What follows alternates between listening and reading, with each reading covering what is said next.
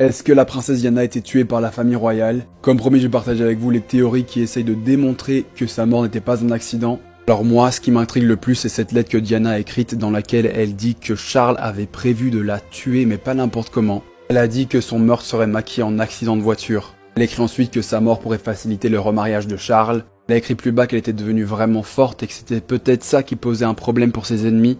Alors bien évidemment, quand on voit les images de la carcasse de cette voiture dans laquelle Diana se trouvait, on peut se poser des questions. Jusqu'à son dernier jour, Diana avait peur de se faire assassiner et le fait qu'elle ait décrit exactement ce qui lui est arrivé a bien sûr renforcé les théories du complot. Diana n'est pas morte dans un accident. Puisque 85% des Britanniques étaient convaincus qu'elle n'était pas morte dans un accident, l'enquête a été ouverte en 2004, explorant pas moins de 175-175 théories du complot. Le prince Charles a alors été interrogé concernant cette lettre et lui a été simplement surpris. Il ne comprenait pas pourquoi Diana aurait pu penser ça.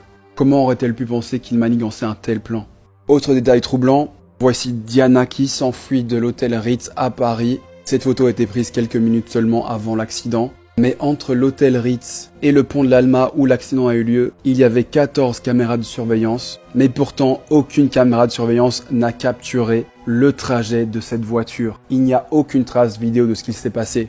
Juste après l'impact, les paparazzis qui suivaient ces voitures sont arrivés. Il n'y avait que 2 survivants, la princesse Diana et son garde du corps. Mais au lieu de les aider, les paparazzis se sont contentés de prendre plein de photos. Quelques-uns d'entre eux ont quand même essayé d'aller secourir la princesse et son garde du corps. 10 minutes après l'accident, la police était sur place. 5 minutes après l'arrivée de la police, l'ambulance est arrivée. Et voici un autre élément troublant qui soutienne cette théorie du complot. Au lieu d'emmener Diana qui était en train de se battre pour sa vie à un hôpital qui était à 10 minutes de là, ils ont choisi de l'emmener à l'hôpital de la Pitié-Salpêtrière, hôpital qui lui se trouvait à une demi-heure de là. Ils ont expliqué leur décision en disant que l'hôpital le plus proche ne disposait pas des équipements nécessaires pour la princesse. Alors l'expert, le docteur Shepard, a expliqué récemment que Diana était morte à cause de quelque chose qu'il n'avait jamais vu dans sa carrière.